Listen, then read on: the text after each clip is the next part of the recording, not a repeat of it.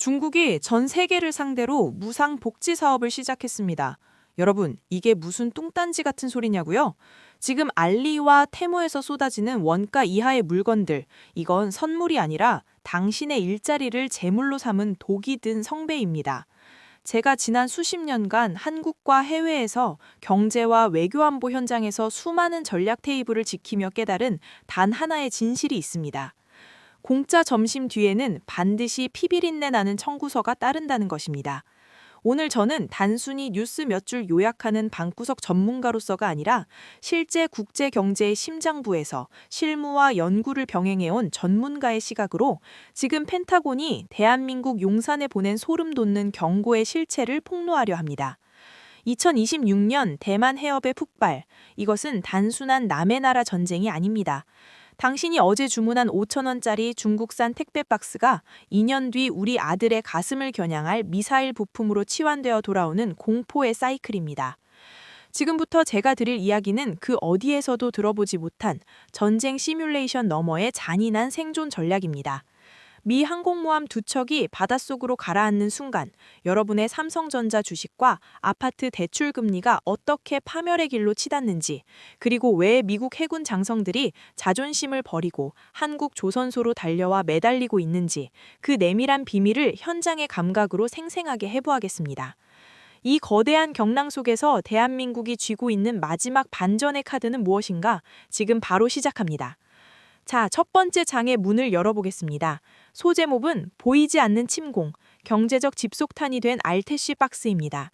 여러분, 요즘 알리, 테무, 쉬인에서 쇼핑하며 즐거워하시죠? 하지만 지난 수십 년간 글로벌 경제의 최전선을 지켜온 제 시각은 차갑다 못해 소름이 돋습니다. 이건 단순한 유통혁명이 아닙니다. 중국 공산당이 생존을 위해 전 세계에 투하한 경제적 집속탄, 클러스터 뮤니션스이기 때문입니다. 현재 중국은 사상 초유의 과잉 생산 상태입니다. 내수는 죽었는데 공장은 멈출 수 없습니다. 공장이 멈추면 수억 명의 노동자가 거리로 쏟아지고 시진핑 정권의 종말이 시작되기 때문입니다. 그래서 그들이 선택한 탈출구는 무제한 보조금을 쏟아부어 전 세계에 실업을 수출하는 것입니다. 우리가 5,000원, 만원에 샀던 그 저렴한 물건들이 사실은 우리 중소기업들의 숨통을 끊어놓는 미세한 파편이 되어 날아오고 있습니다. 더 무서운 진실은 그 다음입니다. 중국은 우리 제조업 생태계를 초토화시킨 자리에 자신들의 미사일 공장을 세우고 있습니다. 우리가 싼 값에 구매한 물건 값이 결국 2026년 대만 해협을 피로 물들일 미사일의 부품값이 되고 있다는 뜻입니다. 중국은 지금 물건을 파는 게 아니라 전쟁으로 가는 시간을 벌기 위해 우리의 미래 일자리를 약탈하고 있습니다. 총 한 발 쏘지 않고 이미 우리 안방을 점령한 이 경제적 전초전, 이것이 바로 2026년 대폭발의 숨겨진 도화선입니다. 본격적인 분석으로 들어가기 전에 지금 이 분석이 여러분의 시야를 넓혀주고 있다면 구독과 좋아요 부탁드립니다. 이 분석이 널리 퍼질수록 대한민국이 국제 정치의 거센 파도 속에서 길을 잃지 않게 만드는 강력한 전략적 자산이 됩니다. 알람 설정까지 하시면 이어지는 장에서 공개될 펜타곤의 진짜 속내와 우리만의 필살기를 가장 먼저 확인하실 수 있습니다. 자, 이제 경제적 전조 현상을 넘어 진짜 전쟁이 터졌을 때 벌어질 수 있는 수치적 공포와 한국의 딜레마를 분석해야 합니다. 24번의 워게임, 그리고 그 속에 숨겨진 한국의 급소를 다루는 제2장으로 넘어갑니다. 이제 경제적 전조 현상을 넘어 실제로 포탄이 터지는 전장으로 들어가 보겠습니다. 두 번째 장의 제목은 24번의 워게임, 그리고 3,000명의 전사자가 말해주는 잔인한 수치입니다. 미국의 대표적 싱크탱크인 CSIS는 2026년 대만 침공 시나리오를 무려 24번이나 돌려갔습니다. 그 결과는 충격적입니다. 거의 모든 시나리오에서 중국은 패배하지만 미군 역시 승자 없는 승리를 거둡니다. 불과 석 달 전의 교전으로 미국의 핵심 전력인 항공모함 두 척이 바닷속으로 가라앉고 함선 20척과 전투기 400여 대가 잿더미가 된다는 계산이 나왔습니다. 3,000명이 넘는 미군 장병들이 집으로 돌아오지 못하는 사실상 2차 대전 이후 최악의 참사입니다. 하지만 여기서 우리가 진짜 주목해야 할 것은 미군의 손실 수치가 아닙니다. 전쟁이 터지는 순간 대한민국이라는 국가의 숨통이 어떻게 조여지는가 하는 대목입니다. 여러분, 대한민국으로 들어오는 중동 원유의 무려 80%가 대만 해협과 남중국해를 통과한다는 사실을 알고 계십니까? 이곳이 봉쇄되는 순간 우리 경제의 혈관은 순식간에 멈춰섭니다. 국방외교협회의 분석에 따르면 대만 해협 주변 물동량이 차단될 경우 대한민국이 입게 될 경제적 손실은 하루에만 무려 4,400억 원에 달합니다. 단순히 물건값이 오르는 수준이 아닙니다. 석탄, 석유, 가스 같은 에너지 자원과 반도체 원료 등 핵심 광물의 공급망이 마비되면서 우리 산업 전체가 셧다운되는 국가 비상사태입니다. 2026년의 그날, 대만 해협에 미사일이 한 발 떨어질 때마다 여러분의 자산 가치가 증발하고 우리 일상이 무너져 내리는 건 결코 과장이 아닙니다. 중국은 대만을 향해 방공식별구역 침범 횟수를 매년 2배씩 늘리며 이 시뮬레이션을 현실로 만들 준비를 마쳤습니다. 7월 한 달에만 중국 군용기 420여 대와 군함 180척이 대만을 포위하듯 기동했습니다. 이건 더 이상 연습이 아니라 실전을 위한 정밀한 리허설입니다. 우리는 이제 질문해야 합니다. 미군이 대만 해협에서 혈투를 벌이는 그 3개월 동안 주한 미군과 우리 군의 전력 공백은 누가 메울 것인가? 여기서 우리는 가장 소름 돋는 변수를 마주하게 됩니다. 바로 시진핑의 파트너, 김정은입니다. 중국은 자신들의 발을 묶어둘 미군의 전력을 분산시키기 위해 한반도라는 제2의 전선을 활용하려 할 것입니다. 그것이 바로 중국과 북한 사이에 맺어진 중조 우호 조약의 실체입니다. 대만이 불타오를 때 휴전선에서 총성이 울린다면 우리는 어느 곳을 먼저 바라봐야 할까요? 이제 전쟁의 무대를 한반도로 확장하여 우리가 마주할 가장 최악의 시나리오, 제3장, 성동격서, 시진핑과 김정은의 위험한 미략으로 넘어가 보겠습니다. 대만 해협의 전쟁이 시작되는 날, 북한의 미사일은 어디를 향할까요? 시진핑이 김정은에게 건넬 거부할 수 없는 제안과 그로 인해 우리가 겪게 될 생존의 한계치, 그 잔인한 진실을 폭로합니다. 대만 해협의 파도가 거세질수록 한반도의 휴전선에는 더욱 불길한 정막이 감돌게 됩니다. 세 번째 장의 주제는 성동격서, 푸틴과 김정은이 서명한 위험한 초대장입니다. 우리는 흔히 대만 전쟁을 우리와 떨어진 바다의 일로 생각하지만 베이징과 평양의 전략가들은 이미 하나의 지도를 공유하고 있습니다. 특히 우리가 주목해야 할 것은 60년 전의 낡은 조약이 아닙니다. 바로 지난 2024년 6월 평양에서 푸틴과 김정은이 서명한 포괄적 전략 동반자 협정입니다. 이 협정은 한반도의 운명을 대만 해협의 파도와 강제로 결속시킨 전략적 족쇄입니다. 이 협정 제4조에는 어느 한쪽이 침공을 받아 전쟁 상태에 처하면 지체 없이 모든 수단으로 군사적 원조를 제공한다는 이른바 호상 원조의 의무가 명시되어 있습니다. 북한과 중국 특유의 단어인 이 호상 원조는 이제 단순한 서로 돕기를 넘어 대만 전쟁 시 북한의 개입을 선택이 아닌 의무로 격상시켰습니다. 시진핑은 대만을 침공할 때 미군의 전력을 분산시키기 위해 반드시 한반도라는 제2의 전선을 활성화할 것입니다. 제가 현장에서 분석한 바에 따르면 김정은에게 전달될 메시지는 명확합니다. 우리가 대만을 칠 때 휴전선에서 소동을 피워라. 그러면 너희 체제를 영구히 보장하겠다. 이것이 바로 현대판 성동격서입니다. 대만 해협이 불타오를 때 주한 미군 28,500명의 발을 묶기 위해 휴전선에서 총성이 울린다면 대한민국은 건국 이래 최악의 안보 공백에 직면하게 됩니다. 2026년의 그날 한반도는 대만의 배후 기지가 아니라 전쟁의 본진이 될 수 있다는 이 소름 돋는 시나리오. 단순히 에너지가 끊기는 경제적 위기를 넘어 우리 가족의 생존 자체가 이 위험한 미략에 저당 잡혀 있다는 사실을 직시해야 합니다. 이제 우리는 단순히 피해자가 될 것인지 아니면 이 판을 깨뜨릴 게임 체인저가 될 것인지 결정해야 하는 운명의 갈림길에 서 있습니다. 결국 대만의 운명은 한반도의 억제력과 뗄 수 없는 관계입니다.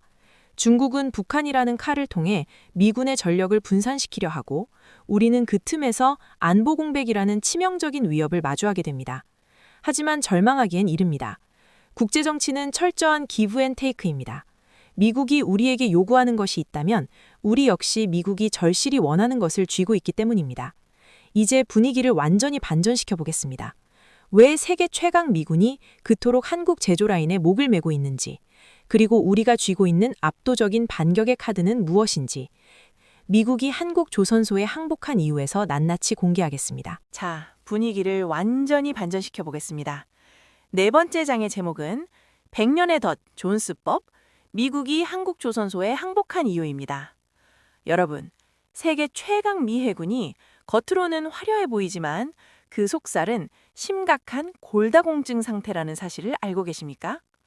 현재 미 해군의 공격용 잠수함 중 무려 40%가 제때 수리를 받지 못해 항구에 묶여 있습니다. 왜 이런 일이 벌어졌을까요?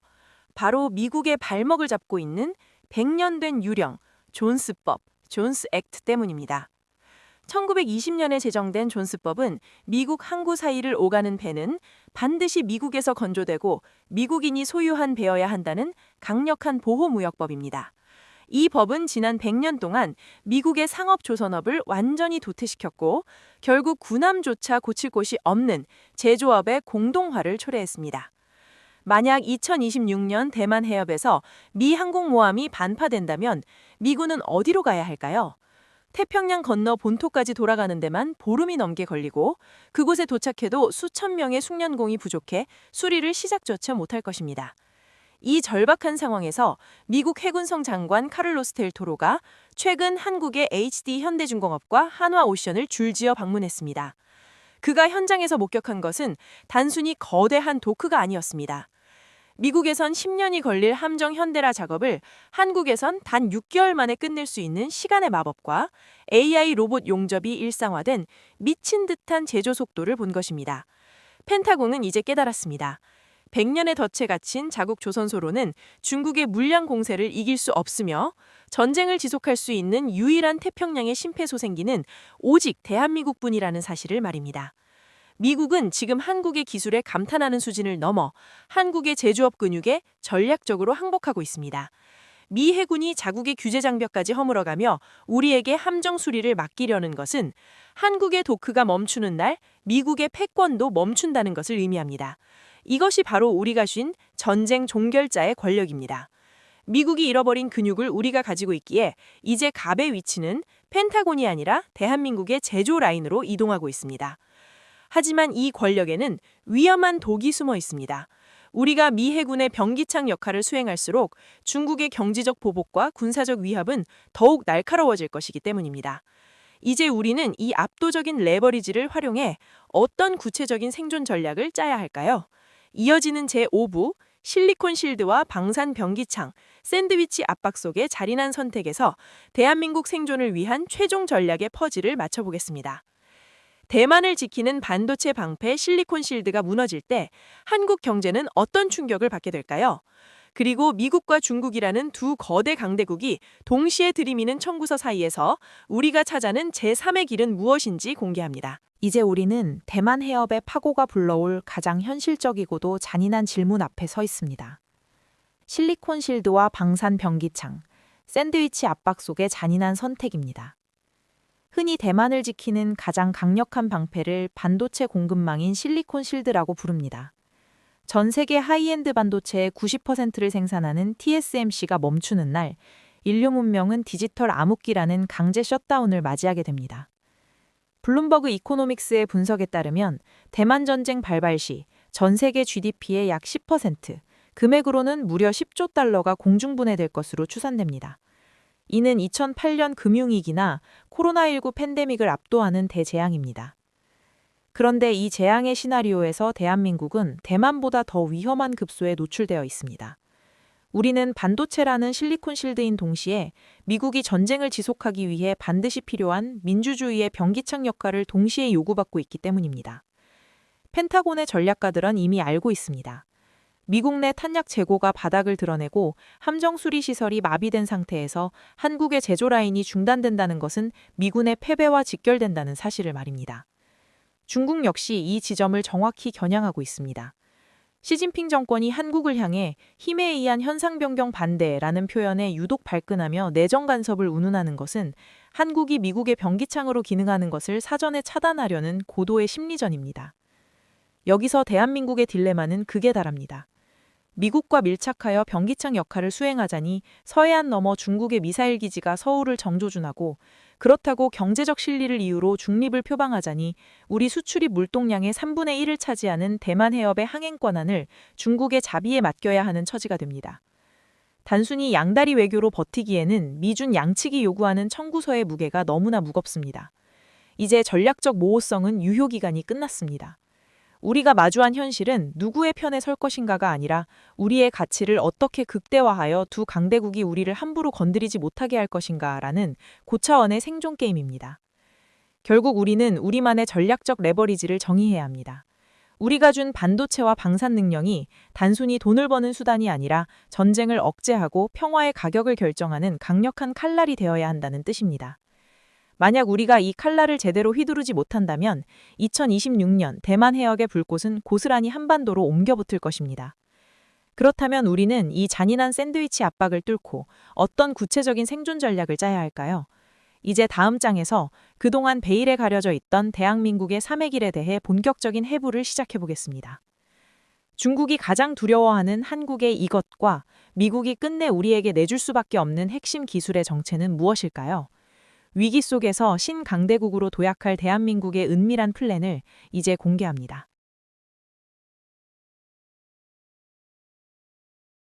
중국이 대만 침공을 결심할 때 가장 먼저 계산기에 넣는 변수는 미군이지만 정작 그들의 등 뒤를 서늘하게 만드는 존재는 바로 대한민국의 제조업 가용량입니다. 여섯 번째 장의 핵심은 중국이 가장 두려워하는 한국의 비대칭 저력과 미국이 끝내 우리에게 내줄 수밖에 없는 핵심 기술의 정체입니다. 중국 공산당이 수십 년간 막대한 보조금을 쏟아부어 전 세계 제조 생태계를 파괴해 왔지만 유일하게 정면 대결에서 무너뜨리지 못한 성벽이 바로 한국의 고부가 가치 제조업 라인입니다. 중국이 특히 공포를 느끼는 지점은 한국의 미친 듯한 무기 생산 속도입니다. 미국의 싱크탱크인 CSIS 보고서에서도 지적했듯 현대전은 누가 더 정밀한 미사일을 가졌느냐보다 누가 더 빨리 소모된 탄약과 장비를 보충하느냐의 싸움입니다. 현재 미국의 155mm 포탄 월 생산량은 약 3만 발 수준에 불과하지만 한국은 유사시 연간 수백만 발을 찍어낼 수 있는 세계 유일의 베이스 캠프를 갖추고 있습니다. K9 자주포 한문을 만드는데 독일이 수년의 대기 시간을 요구할 때 한국은 단 몇 개월 만에 초도 물량을 납품합니다. 시진핑의 참모들이 대만 해협 너머로 한국의 방산 라인을 주시하며 한국이 개입하는 순간 보급의 균형이 무너진다고 경고하는 이유가 바로 여기에 있습니다. 반대로 미국은 지금 절박합니다. 자신들이 잃어버린 제조업의 근육을 되살리기 위해 한국에 사실상 기술적 항복을 선언하고 있습니다. 최근 미 해군이 한국 조산사들의 함정 수리를 맡기기 위해 규제 장벽을 허물고 있는 것은 서막에 불과합니다. 미국은 이제 대중국 봉쇄망을 유지하기 위해 한국의 원자력 잠수함 기술의 공유나 차세대 미사일 공동 개발 같은 파격적인 제안을 내놓을 수밖에 없는 처지입니다. 이는 단순히 동맹이라서 주는 선물이 아닙니다. 한국의 도크와 공장이 멈추면 미국의 글로벌 패권도 멈춘다는 사실을 펜타곤이 뼈저리게 깨달았기 때문입니다. 우리는 바로 이 지점에서 제3의 길을 찾아야 합니다. 미국에는 우리의 제조 능력이 필요하다면 더 강력한 기술적, 안보적 보장을 내놓으라고 요구하고 중국에는 우리를 건드려 공급망을 파괴하는 순간 당신들의 경제도 공멸한다는 확실한 시그널을 보내야 합니다. 이것은 위험한 줄타기가 아니라 우리가 가진 실력을 바탕으로 판을 짜는 설계자의 외교입니다. 그렇다면 이 거대한 체스판의 마지막 결말은 어디로 향하게 될까요? 2026년의 태풍 속에서 우리가 맞이할 새로운 국가의 품격에 대해 이야기해 보겠습니다. 전쟁의 포화가 거친 뒤 대한민국은 흔한 피해국으로 남을까요? 아니면 세계 질서를 재편하는 신강대국으로 우뚝 서게 될까요? 그 누구도 말하지 않았던 대만 전쟁 이후의 한반도 시나리오를 공개합니다. 2026년 대만 해협의 포화가 거친 뒤 세계 질서는 우리가 알던 모습과는 완전히 다른 판도로 재편될 것입니다. 7번째 장의 주제는 전쟁의 재 속에서 피어날 신강대국, 대한민국의 새로운 국가 규격입니다. 많은 이들이 전쟁의 파괴력만을 이야기할 때 우리는 그 파괴가 만들어낸 거대한 공백을 누가 메울 것인가에 주목해야 합니다. CSIS의 시뮬레이션 결과처럼 미군이 승리하든 혹은 장기적인 소모전으로 흐르든 확실한 사실은 미국과 중국 모두 기진맥진한 상태에 빠질 것이라는 점입니다. 바로 그 순간 전 세계에서 유일하게 온전한 제조 라인과 보급 역량을 보존한 대한민국이 국제 무대의 결정적 중재자로 급부상하게 됩니다. 통계는 이미 그 징조를 보여주고 있습니다. 지난 5년간 한국의 방산 수출 성장률은 무려 177%로 세계 10대 무기 수출국 중 압도적인 1위를 기록했습니다. 더 놀라운 것은 우리의 공급망 회복 탄력성입니다. 미국 해군성 보고서에 따르면 현재 미 해군의 함정 수리 지체로 인한 손실액은 연간 18억 달러를 넘어서고 있으며 노후화된 도크로 인해 수리 대기 중인 함정만 수십 척에 달합니다. 전쟁 중 반파된 함정들이 일본의 포화된 수리창을 넘어 한국의 울산과 거제도로 밀려올 때 대한민국의 조선업은 단순한 산업을 넘어 태평양의 심폐소생기 역할을 수행하게 될 것입니다. 우리는 이 과정에서 G3에 버금가는 전략적 위상을 확보하게 됩니다. 과거처럼 강대국의 눈치를 살피며 전략적 모호성 뒤에 숨던 중견국이 아니라 우리가 움직이지 않으면 태평양의 안보도 글로벌 반도체 공급망도 작동할 수 없다는 전략적 레버리지를 실력으로 증명하게 되는 것입니다.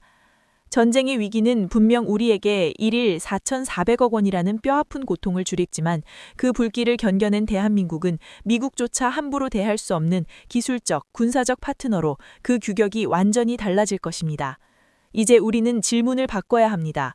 우리가 전쟁의 피해자가 되면 어떡하나가 아니라 전쟁 이후 재편될 신세계 질서에서 대한민국이 어떤 규칙을 만들 것인가를 고민해야 합니다. 우리는 이미 그럴 만한 근육과 뇌를 가졌습니다.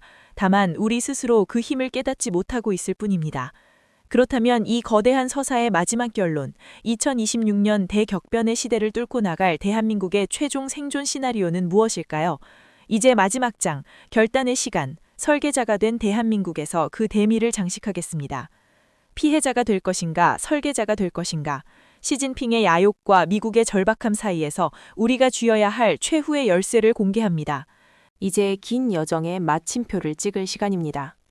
마지막 8번째 장의 주제는 결단의 시간, 설계자가 된 대한민국입니다. 앞에서 우리는 중국의 실업 수출이라는 경제적 전조부터 2026년 대만 해협의 군사적 충돌, 그리고 그 틈을 노리는 북한의 위협과 우리 제조 라인이 가진 압도적인 레버리지까지 모두 살펴봤습니다. 이제 우리에게 남은 것은 단 하나, 잔인한 현실을 직시하고 우리가 어떤 판을 짤 것인가를 결정하는 일입니다. 현실은 냉혹합니다. 대만 해협 봉쇄 시 원유의 80%가 지나는 길목이 막히고 일일 4,400억 원의 경제적 손실이 발생하는 상황에서 전략적 모호성이라는 모호한 방패 뒤에 숨는 것은 더 이상 가능하지도 유효하지도 않습니다. 오히려 모호함은 양측 모두에게 불신을 사고 우리를 1순위 타격 대상으로 만들 뿐입니다. 우리는 이제 전략적 명확성으로 나아가야 합니다. 하지만 그 명확함의 기준은 미국이나 중국의 이익이 아니라 오직 대한민국의 국익이어야 합니다. 미국이 우리 조선소의 MRO, 즉 유지보수 능력과 K방산의 탄약 생산력을 절실히 원한다면 우리는 그 대가로 한반도의 절대적인 안보 보장과 북한의 개입을 억제할 수 있는 강력한 비대칭 기술의 이전을 요구해야 합니다. 미 해군 장성들이 한국의 도크를 보며 감탄할 때 우리는 그 감탄을 우리의 생존에 담보하는 계약서로 바꿔낼 능력이 있습니다. 반대로 중국에는 우리의 공급망이 멈추는 날 중국의 첨단 산업 역시 공멸한다는 상호 확증 파괴의 경제적 논리를 명확히 각인시켜야 합니다. 우리가 쥐고 있는 제조업의 칼날은 단순히 방어용이 아니라 판을 흔드는 설계자의 도구이기 때문입니다. 마지막으로 여러분께 간곡히 부탁드립니다. 절박한 심정으로 제작한 이 시리즈가 여러분의 시야를 넓히는 데 도움이 되셨습니까? 그렇다면 구독과 좋아요, 그리고 정성 어린 댓글로 응원해 주십시오. 여러분의 지지는 이 차가운 팩트 폭격이 더 많은 대한민국 국민에게 전달되어 우리가 다가올 경랑을 헤쳐나갈 국가적 지혜를 모으는 데 소중한 자양분이 될 것입니다. 여러분의 클릭 한 번이 국격의 깊이를 더합니다. 2026년의 태풍은 피할 수 있는 것이 아닙니다. 하지만 그 태풍 속에서 배를 침몰시키는 피해자가 될 것인지 아니면 그 거센 바람을 돛체받아 세계 질서를 재편하는 게임 체인저가 될 것인지는 오직 우리의 결단에 달려 있습니다. 우리는 이미 세계 최고의 조선업, 반도체, 그리고 방산 능력을 갖췄습니다. 이제 필요한 것은 이 흩어진 구슬들을 꿰어 전략적 레버리지라는 보배로 만들어낼 용기입니다. 평화는 구걸하는 자에게 오지 않습니다. 평화는 적이 우리를 건드렸을 때 치러야 할 대가가 너무나 크다는 것을 실력으로 증명하는 자의 몫입니다. 2026년 대한민국은 더 이상 강대국의 체스판 위에 놓인 말이 아니라 체스판 자체를 설계하는 설계자로 거듭나야 합니다. 긴 시간 함께해 주셔서 감사합니다. 지금까지 경제마블이었습니다. 여러분의 건승을 빕니다.